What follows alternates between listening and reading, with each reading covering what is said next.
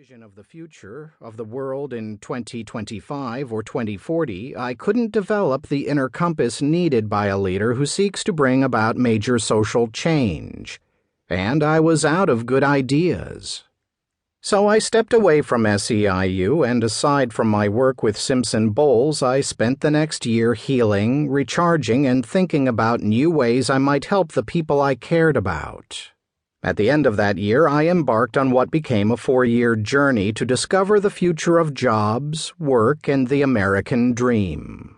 My journey coincided with significant economic trends, a jobless recovery, and the concentration of more and more wealth in the hands of fewer and fewer people. It took place during an era of political gridlock that devastated the middle class and threatened the economy as a whole. Wages were stagnant. People had to work 2 or 3 jobs to stay afloat. Students were coming out of college thousands of dollars in debt and with no substantial job prospects. For them, the idea of owning their own home and creating a better future for their children had become the American pipe dream.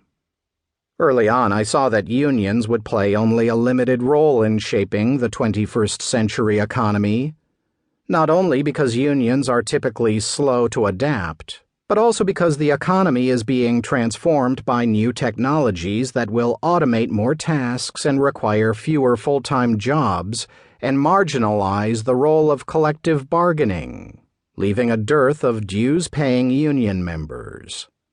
Already, the new landscape of work is populated by free agents and temporary workers who have more freedom and flexibility in their work life, but no job security and significantly less leverage with the people and companies who hire them. My focus turned to larger questions. If there are significantly fewer jobs and less work available in the future, how will people make a living, spend their time, and find purpose in their lives? Also, how can we keep the income gap from growing so wide that it erupts into social discord and upheaval? I began looking for an idea that could unite all Americans and call us to a higher national purpose. The old American dream, the one that had spoken so deeply to my parents' generation and my own, had been discredited by current events and decades of stagnating wages.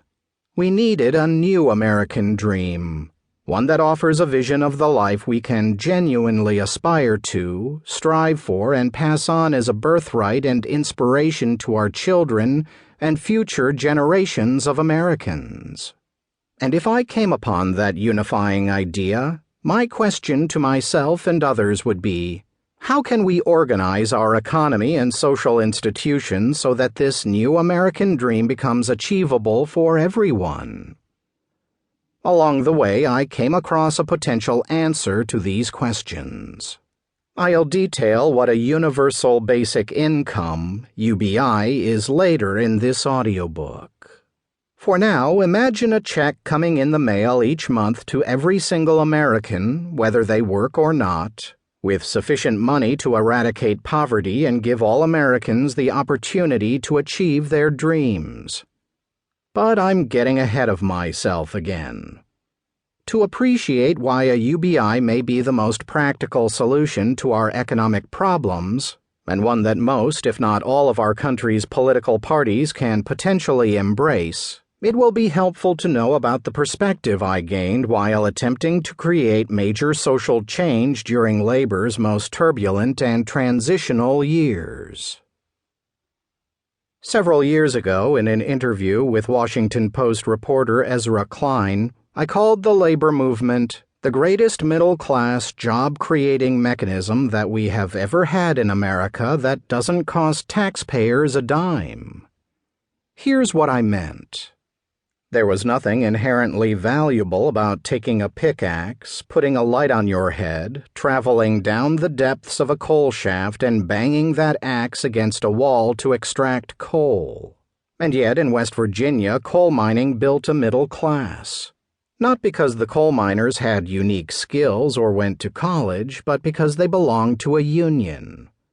That was true in America's steel mills and on its assembly lines, on its railroads, and on its loading docks.